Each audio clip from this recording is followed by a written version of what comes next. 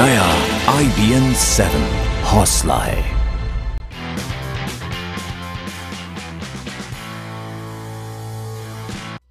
नमस्कार, आप देख रहे हैं IBN 7। आइए शुरू करते हैं ताबड़तोड़ खबरों का सिलसिला सुपरफास्ट न्यूज में। प्रधानमंत्री नरेंद्र मोदी कनाडा के आखिरी दौर के दौरान यहां पे वैंकूवर के लक्ष्मी नारायण मंदिर पहुंचे और वहां लोगों को संबोधित करते हुए कहा कि जीवन को संतुलित बनाने के लिए योग जरूरी है।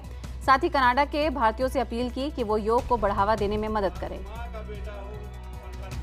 इसके साथ ही उन्होंने कहा कि हिंदू धर्म नहीं बल्कि जीवन जीने की एक पद्धति है, यानी हिंदू धर्म वे ऑफ लाइफ है। इसके लिए उन्होंने भारत के सुप्रीम कोर्ट का हवाला दिया।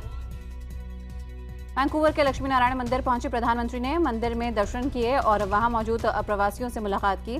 पीएम मोदी को अपने बीच छुपाकर लोग काफी खुश नजर आए। मंदिर में मौजूद लोग मोदी की फोटो लेने के लिए बेकरार रहे। मंदिर से मोदी के बाहर आते ही परिसर में मोदी मोदी के नारे गूंजने लगे। इससे पहले प्रधानमंत्री मोदी भारतीय समय अनुसार देर रात 2 बजे कनाडा के वैंकूवर पहुंचे। यहां प्रधानमंत्री ने ऐतिहासिक खालसा दीवान गुरुद्वारे में मत्था टेका। सिख समुदाय को बैसाखी की बधाई देते हुए प्रधानमंत्री ने कहा कि मेरा और आपका खून का रिश्ता है। मेरा आपके साथ रिश्ता खून का रिश्ता है। मेरा आपके साथ रक्त का संबंध है। पीएम मोदी ने गुरुद्वारे में मौजूद सिख समुदाय को संबोधित करते हुए कहा कि आजादी की लड़ाई में सबसे ज्यादा योगदान सिख समुदाय का रहा है। सिख समुदाय अपने त्याग और बलिदान के लिए जाना जाता है। गुरुद्वारा प्रबंधन ने प्रधानमंत्री को उपहार स्वरूप कृपाल भेंट की। प्रधानमंत्री नरेंद्र मोदी ने टोरंटो में कनिष्क मेमोरियल जाकर मारे गए लोगों को श्रद्धांजलि दी। इस मौके पर पीएम मोदी के साथ कनाडा के प्रधानमंत्री स्टीफन हार्पर भी मौजूद थे। श्रद्धांजलि देने के बाद पीएम ने मारे गए लोगों के परिवारों से भी मुलाकात की। 1985 में आतंकवादियों ने कनिष्क विमान को बम से उड़ा दिया था, जिसमें 329 लोगों की मौत हो गई थी। मारे गए लोगों में ज्यादातर भारतीय मूल के लोग थे। प्रधानमंत्री नरेंद्र मोदी कनाडा से 900 साल पुरानी एक मूर्ति ला रहे हैं, जो भारत के खजुराहो मंदिर की है। ये कनाडा कैसे पहुंची इसके बारे में तो जानकारी नहीं है, लेकिन कनाडा के प्रधानमंत्री स्टीफन हार्पर ने एक कार्यक्रम में उसे मोदी को सौंप दिया है। इस मूर्ति को पैरट लेडी के नाम से जाना जाता है। इस बारे में जानकारी देते हुए विदेश मंत्रालय के प्रवक्ता सैयद अकबरुद्दीन ने ट्वीट किया, कनाडा ने भारत की धरोहर पैरट लेडी लौटा दी है।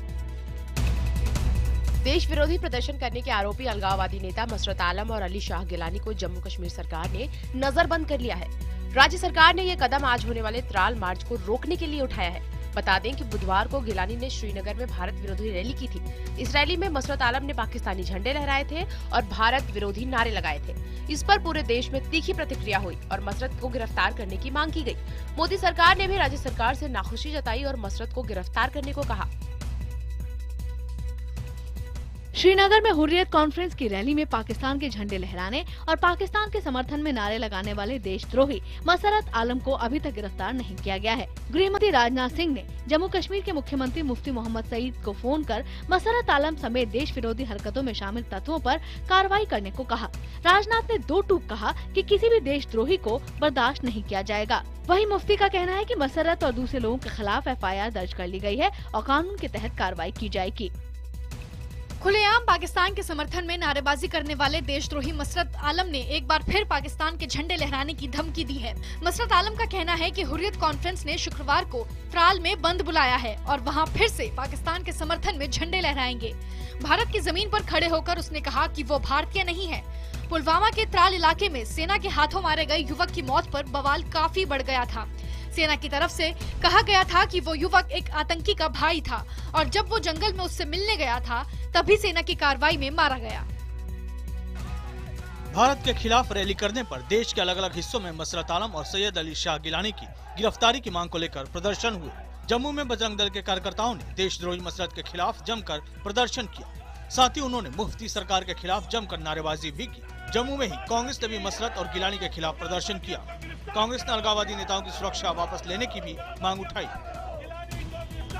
देशद्रोही मसरत आलम पर कार्रवाई करने में नाकाम रहने पर तमाम राजनीतिक दलों ने बीजेपी और पीडीपी के गठबंधन वाली सरकार को आड़े हाथ लिया है। कांग्रेस के मुताबिक मसरत का पाकिस्तान के समर्थन में नारेबाजी करना दुर्भाग्यपूर्ण है। कांग्रेस का कहना है कि ना तो बीजेपी जम्मू कश्मीर सरकार से समर्थन वापस लेती है और ना ही मसरत के खिलाफ कार्रवाई करती है। एनसीपी का कहना है कि राज्य सरकार को इसे गंभीरता से लेना चाहिए और मसरत पर देशद्रोह का केस चलाना चाहिए। शिवसेना के मुताबिक जम्मू कश्मीर की सरकार को बर्खास्त कर देना चाहिए। बीजेपी नेता राम माधव के मुताबिक मसरत को जल्द गिरफ्तार कर लिया जाएगा। तकरीबन 2 महीने के अज्ञातवास के बाद कांग्रेस उपाध्यक्ष राहुल गांधी गुरुवार सुबह दिल्ली अपने घर लौट आए। 59 दिन की लंबी छुट्टी के बाद राहुल गांधी के दिल्ली लौटने की खबर सुनकर सुबह से ही उनके घर के बाहर मीडिया का जमावड़ा लगा हुआ था। तमाम मीडिया वाले जानना चाहते थे कि इतनी आलोचना के बावजूद राहुल गांधी घर क्यों नहीं लौट रहे थे। इसी बीच तकरीबन 12 बजे राहुल गांधी का काफिला उनके घर पहुँच गया। राहुल गांधी की घर वापसी से खुश कांग्रेस कार्यकर्ताओं ने उनके घर के बाहर जमकर आतिशबाजी की। 2 महीने की अटकलें खत्म होने के बाद ये भी सामने आ गया कि कांग्रेस के युवराज राहुल गांधी थाईलैंड से दिल्ली लौटे हैं। बताया जा रहा है कि राहुल गांधी थाई एयरवेज के प्लेन से बैंकॉक से दिल्ली आए। फ्लाइट को दिल्ली एयरपोर्ट पर सुबह तकरीबन 10:35 पर लैंड करना था, मगर इसमें 40 मिनट की देरी हो गई। लिहाजा उनका विमान 11:15 पर एयरपोर्ट पर उतरा। कांग्रेस अध्यक्ष सोनिया गांधी पहले ही राहुल के घर 12 तुगलक रोड पहुँच चुकी थी। उनके बाद प्रियंका गांधी भी राहुल के घर पहुँची। मुंबई में बीती रात गोरेगांव के गोकुल धाम में भयंकर आग लग गई। आग रात करीब 1 बजे लगी। दमकल कर्मियों को आग पर काबू पाने के लिए कड़ी मशक्कत करनी पड़ी। लगभग 20 दमकल गाड़ियों को 2 घंटे की कड़ी मशक्कत के बाद आग पर काबू करने में सफलता मिली। गोकुल धाम के जिस इलाके में आग लगी थी वहां आसपास लगभग 100 दुकानें थीं जो कि आग की चपेट में आकर खाक हो गई। अच्छी बात यह रही है कि इस घटना में किसी के जख्मी होने की सूचना नहीं है। रिजर्व बैंक ऑफ इंडिया के गवर्नर रघुराम राजन को जान से मारने की धमकी भरा ईमेल भेजने पर हड़कंप मच गया है। पुलिस के मुताबिक इस महीने की शुरुआत में आरबीआई गवर्नर को उनके आधिकारिक अकाउंट पर ISIS 583847@gmail.com आईडी से ईमेल आया। मेल भेजने वाले ने लिखा है, मुझे किसी ने तुम्हें मारने के लिए पैसे दिए हैं। अगर तुम उससे ज्यादा रकम दे सकते हो तो हम फैसला कर सकते हैं। चूंकि ईमेल आतंकी संगठन ISIS के आईडी के नाम से है, इसलिए पुलिस ने अब मामले को क्राइम ब्रांच को सौंप दिया है। इस मामले में पुलिस गूगल की भी मदद ले रही है।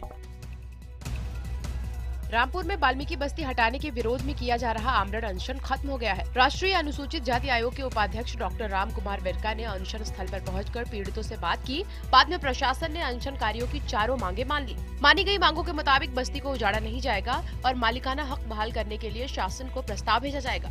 इसके अलावा अनशनकारियों पर दर्ज मुकदमे वापस होंगे और नगर पालिका के बर्खास्त कर्मचारी बहाल किए जाएंगे।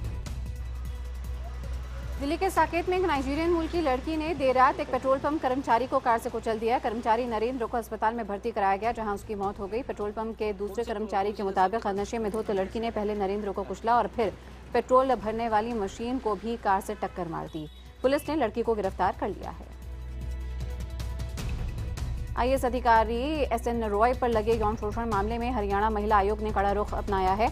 महिला आयोग ने इस मामले में हुई देरी के लिए हरियाणा के होम सेक्रेटरी से जवाब मांगा है। गौरतलब है कि 1987 बैच के हरियाणा कैडर के IAS अफसर सिद्धार्थ नाथ राय पर एक महिला ने शादी का झांसा देकर संबंध बनाने का आरोप लगाया है। हरियाणा के कैथल में बदहाल चैंपियन बेटियों की खबर IBN7 पर दिखाए जाने के बाद राज्य सरकार ने मदद का हाथ बढ़ाया। IBN7 ने दिखाया था कि किस तरह से कैथल की कुछ चैंपियन फुटबॉलर दूसरों के खेतों में गेहूं काट रही हैं, ताकि वो अपने खेल और घर का गुजारा कर सकें। इनमें से कुछ तो राष्ट्रीय स्तर की प्रतियोगिताओं में गोल्ड मेडल तक जीत चुकी हैं, जबकि कुछ पायका और दूसरी खेल प्रतियोगिताओं में भी हिस्सा ले चुकी हैं। IBN7 के जरिए हरियाणा के खेल मंत्री अनिल विज ने भरोसा दिया कि सरकार इन लड़कियों की मदद करेगी। तेजाबी हमले की शिकार झारखंड के बोकारो की सोनाली मुखर्जी को हमसफर मिलने के साथ ही नई जिंदगी भी मिल गई। 2003 में तेजाब के हमले के शिकार होने के बाद सोनाली को लगा था कि अब उसकी जिंदगी खत्म हो गई। छेड़छाड़ का विरोध करने पर एक सनकी शख्स ने उसके चेहरे पर तेजाब फेंक दिया था। इंसाफ पाने के लंबे संघर्ष के दौरान उसने इच्छा मृत्यु तक की मांग की थी, मगर लंबे इंतजार के बाद उनके जीवन में भी खुशियां आई। इंजीनियर चितरंजन कुमार ने कोर्ट में सोनाली से शादी कर ली। रिलायंस फाउंडेशन की founder and chairperson Nita Ambani को एंटरप्रेन्योर ऑफ द ईयर पुरस्कार से सम्मानित किया गया।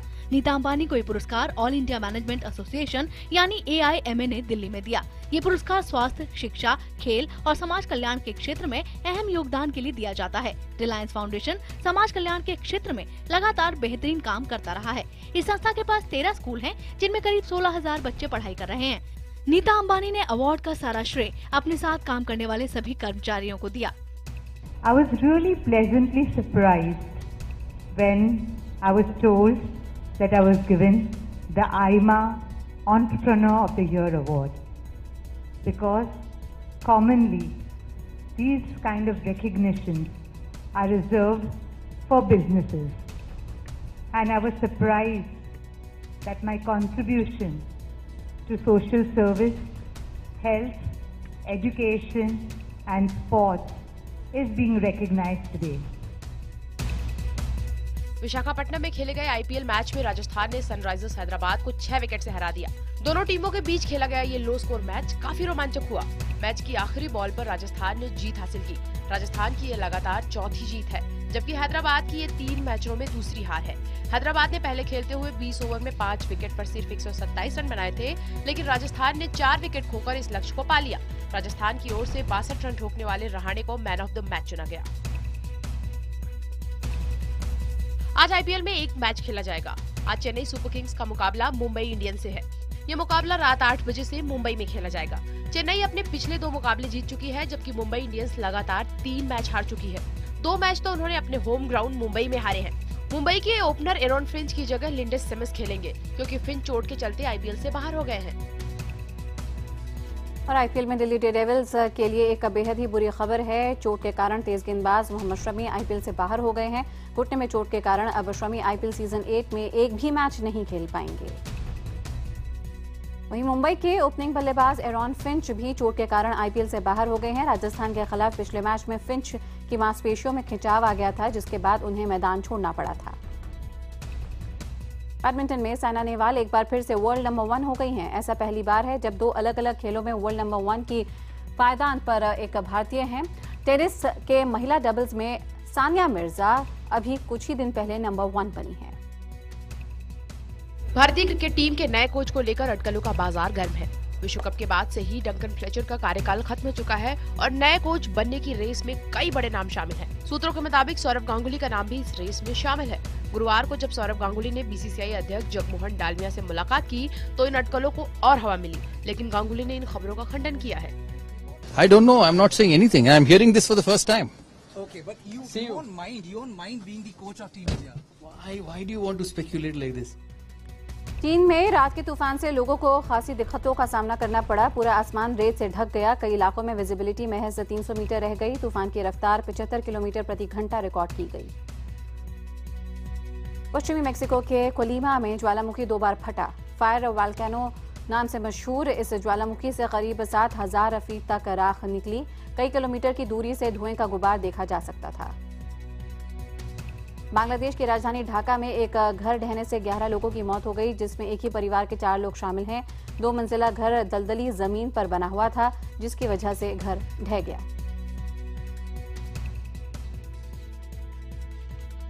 पांच बार नेपाल के प्रधानमंत्री रह चुके सूर्य बहादुर थापा का 87 साल की उम्र में गुड़गांव में देहांत हो गया। वो काफी समय से कैंसर से जूझ रहे थे। 29 मार्च को उन्हें गुड़गांव के मेदांता अस्पताल में भर्ती कराया गया था। 2005 तक वो नेपाल के प्रधानमंत्री रहे थे।